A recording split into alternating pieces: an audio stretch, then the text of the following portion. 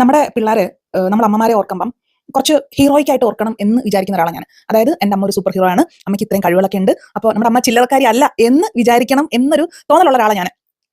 അപ്പോൾ അതിന് വേണ്ടിയിട്ടുള്ള പല കാര്യങ്ങളും ഞാൻ ചെയ്യാറുണ്ട്. മിക്കവാറും ബിജു ഇല്ലാണ്ട് ഈ പിള്ളേരെ പുറത്ത് കൊണ്ടുപോകാനും ഓരോ കാര്യങ്ങൾ എക്സ്പ്ലോർ ചെയ്യാനും കുറേ സമയമെടുത്ത് ഓരോ കാര്യങ്ങൾ ഇവർക്ക് ഇഷ്ടമുള്ളത് എന്നാൽ വിത്തിൻ ദ ബഡ്ജറ്റ്, ഞാനൊരു വിഷയ്ക്കാണ്, അപ്പോൾ വിത്തിൻ ദ ബഡ്ജറ്റ് കുറച്ച് കാര്യങ്ങളൊക്കെ ചെയ്യിപ്പിക്കാനുള്ള അറ്റംപ്റ്റ് നടത്തുന്ന ഒരാളാണ്. അപ്പം ഞാൻ ഒരു അമ്മയാണ്. ആ ഒരു ആംഗിളിൽ ഞാനിങ്ങനെ കാണുമ്പോൾ ഞാൻ എൻ്റെ അമ്മേനെ കണ്ടിരിക്കുന്നത് അച്ചാച്ചിയുടെ തണലിൽ ജീവിച്ച ഒരാളാണ്. ഒരു കാര്യത്തിനും ഒരു പാല് മേടിക്കാൻ പോലും പുറത്തിറങ്ങത്തില്ല. പുറത്തിറങ്ങേണ്ട ആവശ്യമില്ല, അച്ചാച്ചി എല്ലാം ചെയ്ത് കൊടുക്കുമായിരുന്നു. സോ അതുകൊണ്ട് എന്താ പുള്ളിക്കാരി പുറത്തിറങ്ങത്തില്ല. പള്ളി പോകണമെങ്കിലും ഒക്കെ ആരെങ്കിലും വേണം. ഇപ്പോഴും തന്നെയാണ്, നമ്മൾ മക്കൾ ആരെങ്കിലും പുറത്ത് കൊണ്ടുപോകണമെങ്കിൽ മാത്രം പുറത്ത് പോകും, എൻജോയ് ചെയ്യുന്ന ഒരാളാണ്. പക്ഷേ അമ്മേനെ ഓർക്കുമ്പം അതായത് ഇതുപോലെ ഈ സൂപ്പർ ഹീറോയിക് മൊമെന്റ് എന്ന് പറയുന്നത് എനിക്ക് എൻ്റെ അമ്മച്ചിനെ ഓർക്കുമ്പം തോന്നുന്നത് എന്താണെന്ന് വെച്ച് കഴിഞ്ഞാൽ, നമ്മൾ അന്നേരമാണ് അമ്മയ്ക്ക് ഇത്രയും ടാലന്റ് ഒക്കെ ഉണ്ടെന്ന് മനസ്സിലാക്കുന്നത്. അതെന്താണെന്ന് വെച്ചാൽ, ഞാൻ 10ാം ക്ലാസ് പാസ്സാവുന്ന സമയത്ത്, 10ാം ക്ലാസ് ആ ടൈമിൽ എനിക്ക് 5 ഡ്രസ്സാണ് ഉള്ളത്, കുറച്ച് മിഡിയും 1-2 ഫ്രോക്കും അങ്ങനെയാണ് ഉള്ളത്. അപ്പോൾ അതൊക്കെ നല്ല വൃത്തിയിൽ ഉപയോഗിക്കുക എന്നുള്ളത് മാത്രമേ ഉള്ളൂ. കാരണം നമുക്ക് വേറെ പുതിയ ചടങ്ങുകളോ അങ്ങനെയൊന്നും ഇല്ല. കാരണം ഞങ്ങളുടെ ബന്ധുക്കളൊന്നും ഈ ഏരിയയിലില്ല, എല്ലാം ആലപ്പുഴയിലാണ്. അപ്പോൾ അങ്ങനെ ചടങ്ങുകൾക്ക് ഞങ്ങൾ അങ്ങനെ അധികം പോകാറില്ല, അതിനുള്ള അവസരമില്ല. പിന്നെ വല്ല ഹോസ്പിറ്റൽ കേസോ അതിനൊക്കെ മതി കളർ ഡ്രസ്, അല്ലെങ്കിൽ നമ്മളെപ്പോഴും യൂണിഫോമിലാണല്ലോ. അപ്പോൾ 10ാം ക്ലാസ് ഡിസ്റ്റിങ്ഷനോടെ പാസ്സാവുകയാണെങ്കിൽ അമ്മച്ചി പറഞ്ഞു, എനിക്ക് 3 ഡ്രസ്സ് വാങ്ങിച്ചു തരും. അതാണ് അതിന്റെ തുടക്കം. അപ്പം 3 ഡ്രസ്സ് എന്നൊക്കെ പറയുന്നത് വലിയ സംഭവം കേട്ടോ. അപ്പം ആ 10ാം ക്ലാസ് പാസ്സായി ഡിസ്റ്റിങ്ഷനൊക്കെ വാങ്ങിച്ചു കഴിഞ്ഞപ്പോൾ അമ്മ 3 ഡ്രസ്സ് വാങ്ങിക്കാനായിട്ട് എന്നെ കൊണ്ട് അമ്മ പോവാണ്, ഇവിടെ ഓട്ടോ ഒക്കെ പിടിച്ചു. അപ്പോൾ ഞാൻ അല്ലെങ്കിൽ അമ്മയ്ക്ക് ഓട്ടോ ഒക്കെ പിടിക്കാൻ അറിയാം അല്ലേ. ഞാൻ അത്രയും നാൾ അച്ചാച്ചിനെയാണ് ഹീറോ ആയിട്ട് കണ്ടുകൊണ്ടിരുന്നെങ്കിൽ അന്ന് തുടങ്ങിയിട്ടാണ് അമ്മച്ചിയുടെ ടാലൻസ് നമ്മൾ മനസ്സിലാക്കുന്നത്. ഞാൻ വിചാരിക്കും അമ്മയ്ക്ക് എന്നെ അറിയാം, അമ്മയ്ക്കൊന്നും അറിയത്തില്ല എന്നൊരു ചിന്തയിലാണ് ഞാൻ ഇരിക്കുന്നത് കേട്ടോ.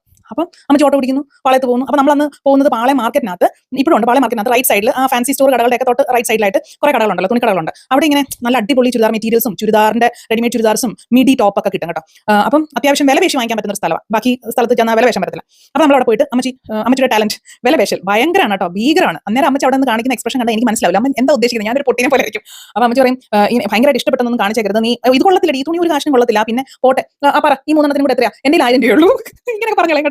പിന്നെ ചില ആക്ഷൻസ് എന്ന് വെച്ചാൽ എല്ലാം എടുത്ത് പാക്ക് ചെയ്ത് വെച്ച് കഴിയുമ്പോൾ പറയും, ഒരു 100 രൂപയെങ്കിലും കുറച്ച് തന്നൂടെ എന്ന്, നല്ല അടിപാടി നമുക്ക് അപ്പുറത്തെ കടയിൽ അങ്ങനെ നോക്കാം എന്നും പറഞ്ഞുകൊണ്ട് പോകും. അപ്പോൾ ഞാനിങ്ങനെ ആലോചിച്ചു, അമ്മച്ചി നല്ല ഡ്രസ്സായിരുന്നു. അപ്പോൾ അമ്മച്ചി ബോഡി ഇങ്ങോട്ട് അല്ല വിളിക്കും. അപ്പോൾ ഞാൻ ആലോചിക്കേണ്ടത് ഇത്ര കോൺഫിഡൻസ്.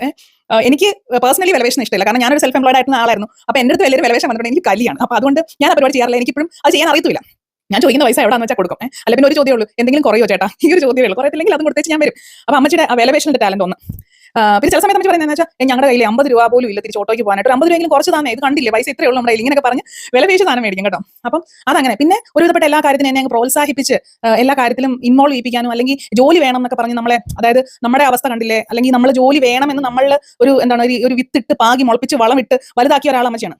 അമ്മച്ചി അതിന്റെ ബുദ്ധിമുട്ടൊക്കെ എന്താണെന്ന് നമുക്ക് വ്യക്തമായിട്ട് പറഞ്ഞു തന്നുകൊണ്ട് ഞങ്ങൾ 3 മക്കളും പഠിച്ചിറങ്ങുന്നതിന് മുമ്പ് ജോലി വേണമെന്ന് നിർബന്ധമുള്ള രീതിയിലാണ് നമ്മൾ വളർന്നു വന്നത്. അതൊക്കെ അമ്മയുടെ ഒരു കഴിവാന്ന് ഞാൻ പറയും. പിന്നെ ഉള്ളത് ഒരു പിശുക്കത്തരം, അതിന് രക്ഷപ്പെട്ട ഞാൻ മാത്രമേ ഉള്ളൂ കേട്ടോ. അമ്മയ്ക്ക് ഈ പൈസ ഭയങ്കര പിശിക്കാണ്. കാരണം അതെന്നാന്ന് വെച്ചാൽ നമ്മൾ 3 മക്കൾ അച്ഛന് മാത്രം വരുമാനത്തിൽ ജീവിക്കുന്നു. അപ്പം അമ്മ ഈ പൈസയുടെ കാര്യത്തിലൊക്കെ ഭയങ്കര ഇതാ. ഒരു രൂപ പോയാൽ അല്ലെങ്കിൽ 10 രൂപ എവിടെയെങ്കിലും കൂടുതൽ കൊടുക്കണം എന്ന് പറഞ്ഞു കഴിഞ്ഞാൽ അമ്മച്ചി ഭയങ്കര പിശുക്കത്തരം. അപ്പം ആ ഒരു പിശുക്കത്തരം നമ്മളിലേക്ക് ഇങ്ങനെ കൈമാറി വന്നതാണ്. പക്ഷേ അതിൽ ഞാൻ എങ്ങനെയോ രക്ഷപ്പെട്ടു. ഞാനിപ്പോൾ ഒരു ദൂർത്തോളിയാണ്. ബട്ട് അത് ഒരു ടാലന്റ് ആണ്. പിന്നെ ഞങ്ങൾ അല്ലെങ്കിൽ ഞാൻ മനസ്സിലാക്കിയിരിക്കുന്നത്, അച്ചാച്ചിക്ക് വയ്യാണ്ടായി കഴിഞ്ഞപ്പോൾ അമ്മച്ചി പതിയെ വീട്ടിലെ കാര്യങ്ങളൊക്കെ, അതായത് ഇപ്പോൾ പ്ലംബറിനെ ആയാലും ഇലക്ട്രീഷ്യൻ ആണെങ്കിലും വന്നു കഴിഞ്ഞാൽ ഡീൽ ചെയ്യാനൊക്കെ അമ്മച്ചിയുടെ ഒരു കഴിവ് ഇപ്പോഴാണ് ഞങ്ങൾ മനസ്സിലാക്കുന്നത്. ഈ വയസ്സാം കാലത്ത് അമ്മച്ചി ആ ഹിഡൻ ടാലൻസ് ഒക്കെ പുറത്തെടുത്തു എന്നുള്ള ശരിക്കും അമ്മച്ചി അവിടെ എത്തേണ്ടതായിരുന്നു. അപ്പോൾ ഞാൻ എപ്പോഴും ആലോചിക്കും, അങ്ങനെ ആവരുത്. വയസ്സാം കാലത്ത് അല്ല ടാലന്റ് പുറത്തെടുക്കേണ്ടത്. നമ്മുടെ മക്കളെ നമ്മൾ ഒരു സൂപ്പർ ഹീറോയിക് സംഭവമാണ് നമ്മുടെ അമ്മ എന്ന് കാണണം. അവർ കണ്ട് ഇൻസ്പയർഡ് ആയിട്ട് തന്നെ മുന്നോട്ട് പോകണം. അപ്പോൾ എന്നിലുള്ള കുറേ കഴിവുകളൊക്കെ എൻ്റെ അമ്മച്ചിയുടെ തന്നെയാണ്. അപ്പോൾ എൻ്റെ കഴിവുകളെല്ലാം എൻ്റെ മക്കൾക്കും വേണം. ഇങ്ങനെയൊക്കെയുള്ള ഒത്തിരി ആഗ്രഹങ്ങളായിട്ട് നടക്കുകയാണ്. അതിന് വേണ്ടിയിട്ടുള്ള പല കാര്യങ്ങളും ഞാൻ ചെയ്യാറുണ്ട്. ജസ്റ്റ് നിങ്ങളുമായിട്ടൊന്ന് ഷെയർ ചെയ്തേ ഉള്ളൂ. അപ്പോൾ കാണാം.